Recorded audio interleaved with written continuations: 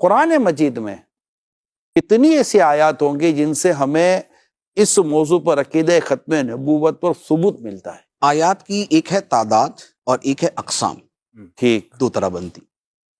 اگر تو اقسام دیکھیں تو وہ تو یوں کہہ لیں کہ مختلف قسم کی ہیں۔ ایک وہ آیت کہ جس کا تعلق ڈائریکٹ نبی پاک علیہ الصلوۃ والسلام کی ختم نبوت ہی کے بیان کے ساتھ ہے۔ دوسری وہ آیات کہ جن کا تعلق دین کی تکمیل کے ساتھ ہے۔ ٹھیک، تیسری وہ آیات کہ جن کے اندر سابقہ نبیوں کا یہ بیان ہے کہ ہمارے بعد نبی آئیں گے، اور یہ کوئی آیت نہیں ہے کہ نبی پاک علیہ الصلوۃ والسلام نے یہ فرمایا کہ میرے بعد کوئی نبی آئے گا۔ ایک وہ تعداد بنتی ہے۔ ایک وہ تعداد بنتی ہے جس میں نبی پاک علیہ الصلوۃ والسلام اور آپ سے پہلی کتابوں پر ایمان لانے کا تو تذکرہ ہے، لیکن آپ کے بعد کا کوئی تذکرہ نہیں۔ ٹھیک ہے، اب یہ جو اس مفہوم کی آیات ہیں، یہ بعض آیات 100 ہیں، بعض 50 ہیں، بعض 60 ہیں۔ اس لیے علماء کرام نے بیان کیا ہے کہ تقریباً 200 سے زیادہ آیات ہیں کہ جن سے عقیدہ ختم نبوت کا ثبوت ہوتا ہے۔ یہ میں نے وہ بیان کی ہیں کہ صراحتاً یا دلالتاً یا اشارتاً یا استدلالن، وہ کسی بھی انداز کے اندر اس کا تعلق ختم نبوت کے ساتھ بنتا ہے۔ ان کی تعداد جو ہے وہ 200 سے زیادہ ہے۔ اب مثال کے طور پہ جیسے وہ آیات، جیسے یہ سورہ بقرہ کی شروع کی آیات ہی ہیں، والذین یؤمنون بما انزل الیک وما انزل من قبلک، وہ جو ایمان لاتے ہیں اس پر جو آپ پر نازل کیا گیا اور جو آپ سے پہلے نازل کیا گیا۔ حالانکہ خدا کے ہر نازل کردہ پر ایمان لانا ہے تو پہلے کا ہے، اب ہے یا آئندہ ہے، سب پر ایمان لایا جائے گا۔ جیسے دیگر انبیاء علیہ الصلوۃ والسلام کے بارے میں ہے کہ وہ یہ فرماتے تھے کہ ہمارے بعد بھی جو نبی آئیں گے ان پر ایمان لانا ہے، اور خصوصاً نبی پاک صلی اللہ علیہ وآلہ وسلم کے بارے میں نبیوں نے اپنی امتوں کو بیان کیا، لیکن نبی پاک علیہ الصلوۃ والسلام نے اپنے بعد کسی کے بارے میں بیان نہیں کیا کہ میرے بعد جو ہے وہ اور بھی نبی آئیں گے تو ان کو تم نے ماننا ہے، بلکہ ان کا جھوٹا اور غلط اور باطل ہونا بیان کر دیا۔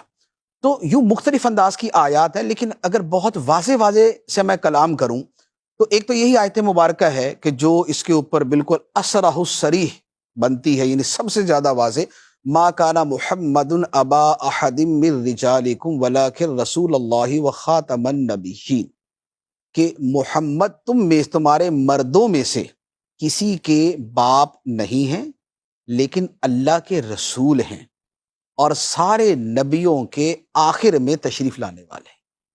یہ وہ آیت مبارکہ ہے کہ جس کے بارے میں جملہ مفسرین، جملہ محدثین اور پوری امت کا اتفاق ہے کہ یہ نبی پاک علیہ الصلوۃ والسلام کے آخری نبی ہونے کی سب سے قطعی دلیل ہے۔ ایک تو یہ۔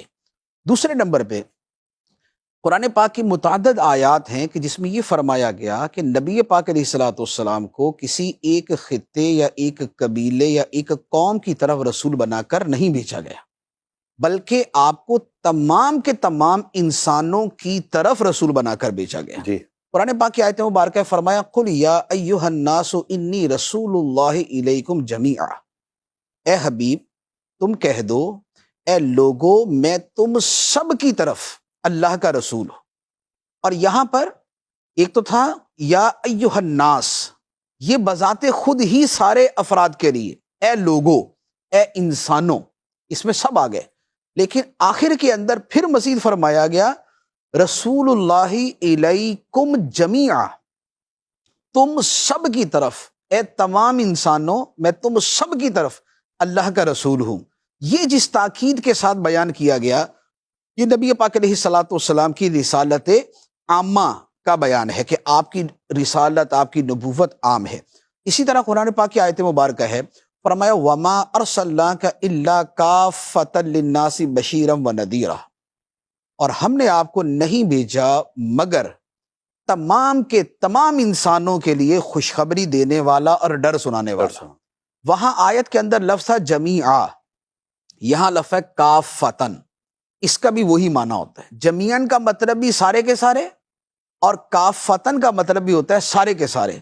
تو جب سارے انسانوں کے لیے نبی پاک علیہ الصلوۃ والسلام سے لے کر قیامت تک کے سارے انسانوں کے لیے نبی پاک علیہ الصلوۃ والسلام کو نبی رسول بنا دیا گیا، تو دوسرے کی گنجائش ہی ختم ہو گئی۔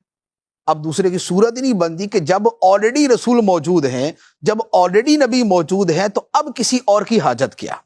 اچھا، اسی طرح نبی پاک علیہ الصلوۃ والسلام کو جو اللہ تعالیٰ نے دین دیا، تو پہلے جو ایک نبی دین لے کے تشریف لاتے، پھر اس کے بعد دوسرے نبی آتے، وہ نئی شریعت لے کے آتے، یا پہلے اگر بگاڑ پیدا ہو جاتا وہ اس کو ٹھیک کرتے تھے۔ تو نبی پاک علیہ الصلوۃ والسلام جو دین لے کے آئے، اس کے بارے میں اللہ تعالیٰ نے فرما دیا الیوم اکملت لکم دینکم، آج میں نے تمہارے لیے تمہارا دین پورا کر دیا۔ پورا کر دیا۔ اب جب دین مکمل ہو چکا، اور نبی اس لیے آتا تھا کہ یا تو وہ نیا دین لے کر آئے، صحیح، اور یا اگر دین میں بگاڑ پیدا ہو چکا ہے تو وہ اس کی چیزوں کی اصلاح کے لیے آئے کہ جو لوگوں نے بگاڑ پیدا کر دیا۔ لیکن نبی پاک علیہ الصلوۃ والسلام کا دین وہ دین ہے کہ جسے خدا نے مکمل کر دیا، اور وہ اسی طرح مکمل آج تک ہمارے پاس موجود ہے، اور اسی طرح قیامت تک چلے گا۔ تو جب حاجت ہی نہیں تو دوسرا نبی کیوں آئے گا؟ اچھا، اسی طرح انبیاء علیہ الصلوۃ والسلام تشریف لاتے تھے تو نیا نبی آتا، وہ نئی کتاب لے کے آتا، وہ نئی شریعت لے کے آتا۔ پھر یہ ہوتا کہ جو پہلے نبی کی کتاب ہوتی یا تو وہ ویسے ناپید ہو جاتی، ختم ہو جاتی، یعنی دنیا سے مٹ جاتی، اور یا یہ ہوتا کہ اس کے اندر تحریف کر دی جاتی، جیسے تورات انجیل کے اندر ہی۔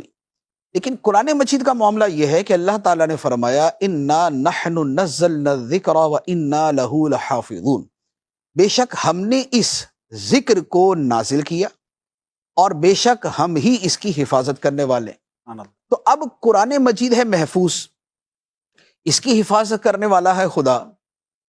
جن الفاظ اور جن حروف کے ساتھ قرآن مجید نبی پاک علیہ الصلوۃ والسلام پہ اترا، آج بھی وہی موجود ہے، اور آج سے لے کر قیامت تک بھی وہی موجود رہے گا۔